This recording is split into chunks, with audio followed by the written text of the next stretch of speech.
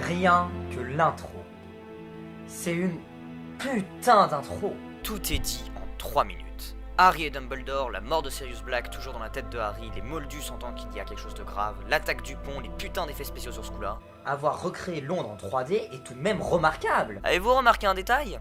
Alors que nous sommes dans un monde glauque où la mort peut attendre quelqu'un n'importe où, qu'il soit moldu ou magicien, il n'y a pas de mort.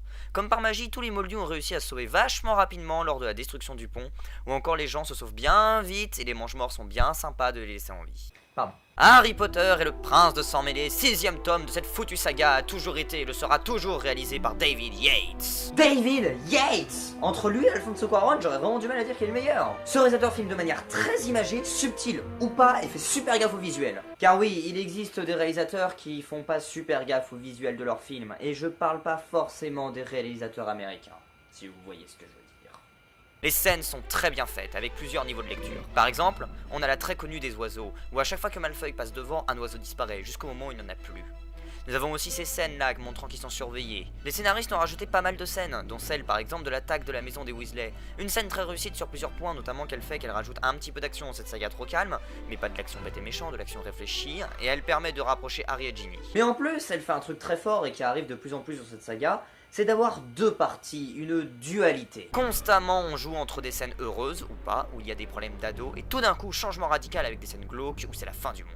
Par exemple, nous avons cet impressionnant plan séquence. Ron bécote lavande, Malfoy réfléchit à la façon de tuer Dumbledore, le jour passe, on revient dans le château avec Ron discutant de l'amour. Résultat, superbe transition, utilisation des décors, développement des personnages en montrant leurs duels intérieurs, entre le bien et le mal, les problèmes d'ado, leurs amours et la fin d'un monde. Tout ça en 10 secondes. Bravo. En parlant des transitions. Là, Harry dit à Hermione qu'il va inviter une fille cool au bal. On voit la fille qui est nulle autre que Luna.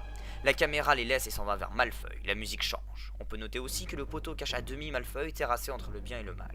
On enchaîne avec un petit plan où il doute, puis il va faire son devoir, superbement mis en scène. Et on revient à notre Harry heureux de vivre piqué au vif par cette belle photographie. Autre grand point de réussite, les scènes d'humour sont parfaitement gérées. Notamment celle-ci. Rogue souhaite quand même de bonnes vacances à Harry. Le jeu des acteurs, des visages, des regards, les jeux de caméra, de mise en scène sont extra. Et juste après, sans presque aucune transition, nous retombons dans le sombre. La scène est filmée de loin, l'ambiance est glauque. La caméra, dans un mouvement lent et sombre, se dirige vers Harry, en passant devant un mur qui assombrit complètement l'image, séparant l'explication entre Rogue et Malfoy de Harry. Ce dernier est tourné de profil pour le montrer sous un autre angle, une autre vision, en contraste avec la scène d'avant où Harry était filmé souriant de face. Dans ce film, il y a un autre point que j'adore tout particulièrement. C'est la gestion des amours et des relations entre les personnages. Chose d'habitude très chiant et très mal gérée dans ce genre de film pour ados. Ici, c'est très bien orchestré, on y croirait. Nous avons un début d'amour entre Hermione et Ron, mais chacun réagit différemment. Ron se met avec quelqu'un d'autre pour rendre jaloux Hermione. Et Hermione le prend plus au premier degré, notamment dans cette superbe scène. Harry est lui un peu coincé dans sa friendzone, au milieu des deux cons. Il se dit donc qu'il va chercher l'amour autre part. Et il a de la chance sur ce coup-là, il tombe sur Ginny. Là, Ron pique une crise de jalousie aiguë. Bon, là, je vous parle plus du 7 que du 6. Harry se rapprochera pendant un moment d'Hermione, encore en crise contre Ron. Et enfin, un bel happy end pour la fin. Et à côté de ce genre de problème, il y a un petit peu la fin du monde et des fois c'est un tout petit peu emmerdant. Ce film est un exemple en développement des personnages. Les scénaristes ont choisi de bien se libérer par rapport au bouquin.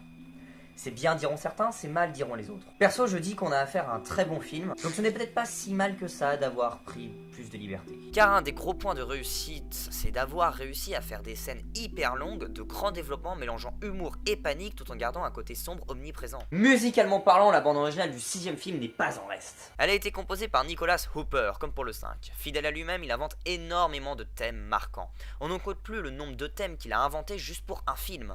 On peut noter la dualité interne de son album, les morceaux heureux côtoient très bien des morceaux graves et tristes. Rien que le morceau d'ouverture montre que nous arrivons dans le final. Edwige thème rappelé pour la forme, très vite nous avons une descente au violon, et si nous écoutons bien, nous pouvons remarquer que c'est la même thématique que celle de la mort de Dumbledore. En gros, dès l'ouverture, on nous annonce la mort de Dumbledore. Enfin, le thème de l'obscur arrive, et il est un petit peu pompé dans son intro du thème de Dark Vador. Et oui. Nous avons enfin un peu d'épique qui arrive, notamment avec la scène de la cave et sa musique. Un côté aventurier épique et puissant qui va être repris par son successeur. La mort de Dumbledore est superbe, je pense que la musique y est pour beaucoup.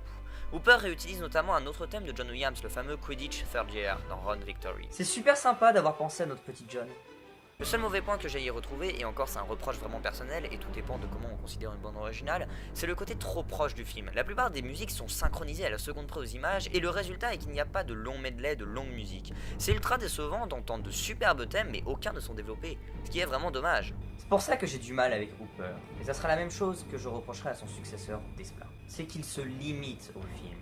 Il reste dans les clous du film et il ne va pas plus loin, dans le sens physique du terme.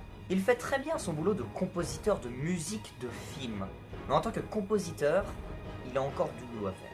Et c'est vraiment dommage. Bon, je pense qu'on ne peut pas parler de la bande originale du 6ème film sans parler de Hymn Noctem. Alors c'est quoi? Déjà, c'est le morceau que vous entendez actuellement. C'est aussi un morceau qui n'a pas été repris par Alexandre Desplat dans la suite de la saga.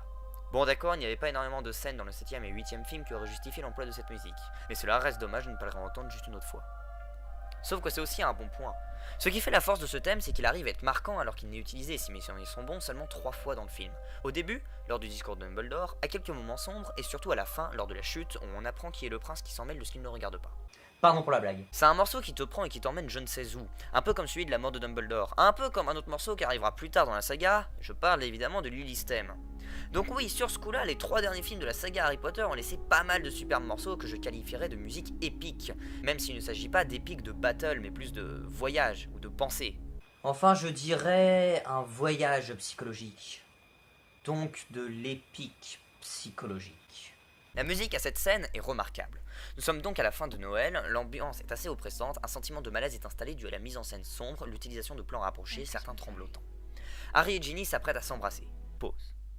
Je vais vous parler de la musique. Vous vous souvenez de ma première vidéo sur Harry Potter?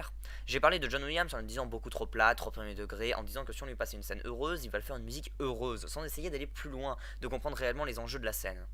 Là, je peux mieux vous l'illustrer. Dans cette scène, Harry va presque embrasser Ginny. C'est donc un moment heureux, du moins au premier abord.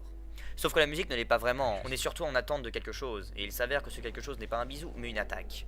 En espérant que vous voyez ce que je veux dire, Nicholas Hooper a essayé d'aller plus loin. Au lieu de faire musique heureuse, clac, changement radical en musique de combat, comme aurait fait John Williams ou d'autres compositeurs premier degré, il a essayé de faire quelque chose de plus subtil, une sorte de montée vers le drame, en accord avec la mise en scène de David Yates qui ne prévisageait rien de bon. On peut aussi remarquer un truc sur la mort de Dumbledore. Certes, elle est rapide, tout comme celle de Sirius, t'as pas trop le temps de pleurer, on passe rapidement à autre chose. Mais, à l'inverse de celle de Sirius, il y a une autre scène qui arrive un petit peu après. Cette scène, qui je ne sais pas pour vous, mais pour moi elle me fait pas mal de frissons dans le dos. Ce qui est cool avec cette scène rajoutée, c'est que le spectateur a du temps pour réfléchir aux conséquences de la mort du directeur de Poudlard. Mais il y a un défaut, et il est de taille, et je pense que vous me voyez venir. Je parle des effets spéciaux. Même s'il y en a de très bons, notamment dans l'intro du film, il y en a aussi des très mauvais, notamment dans les décors du dernier chapitre du film. C'est simple, on n'y voit rien. Ok, les ténèbres arrivent sur le monde, c'est glauque, c'est sombre, d'accord, mais il y a une limite. On est dans le cinéma, donc dans un art, et dans la notion de art, il y a du moins au sens premier, la notion de beauté visuelle dans le cas du cinéma. Je suis désolé, mais là on arrive à des extrêmes. En 2009, on avait la possibilité de faire de beaux décors sombres. Ce n'est même pas beau, mais mettez votre film en pause. Là, excusez-moi, mais c'est dégueulasse, complètement. Avoir fait subir ce genre de traitement à de si belles images et de si beaux décors, ça devrait être puni de prison à perpétuité. Car là, c'est encore plus grave. Avant, dans le 4ème et 5ème film, c'était pas de très bons films à la base, donc bon, c'était pas très important qu'on ait de très bons effets spéciaux. Mais là, c'est tristounet quand même.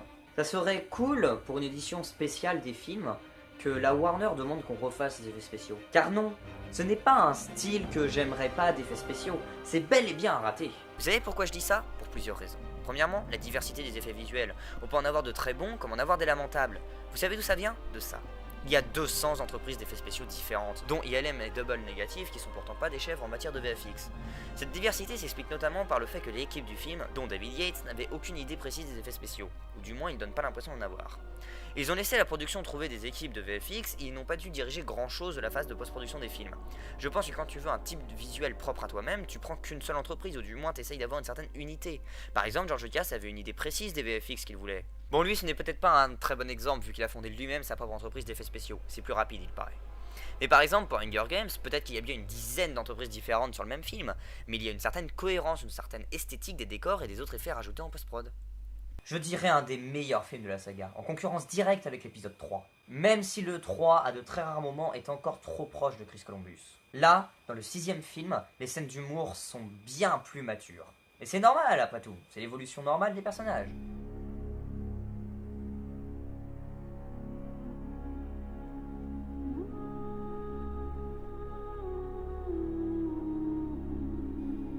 que vous entendez cette musique?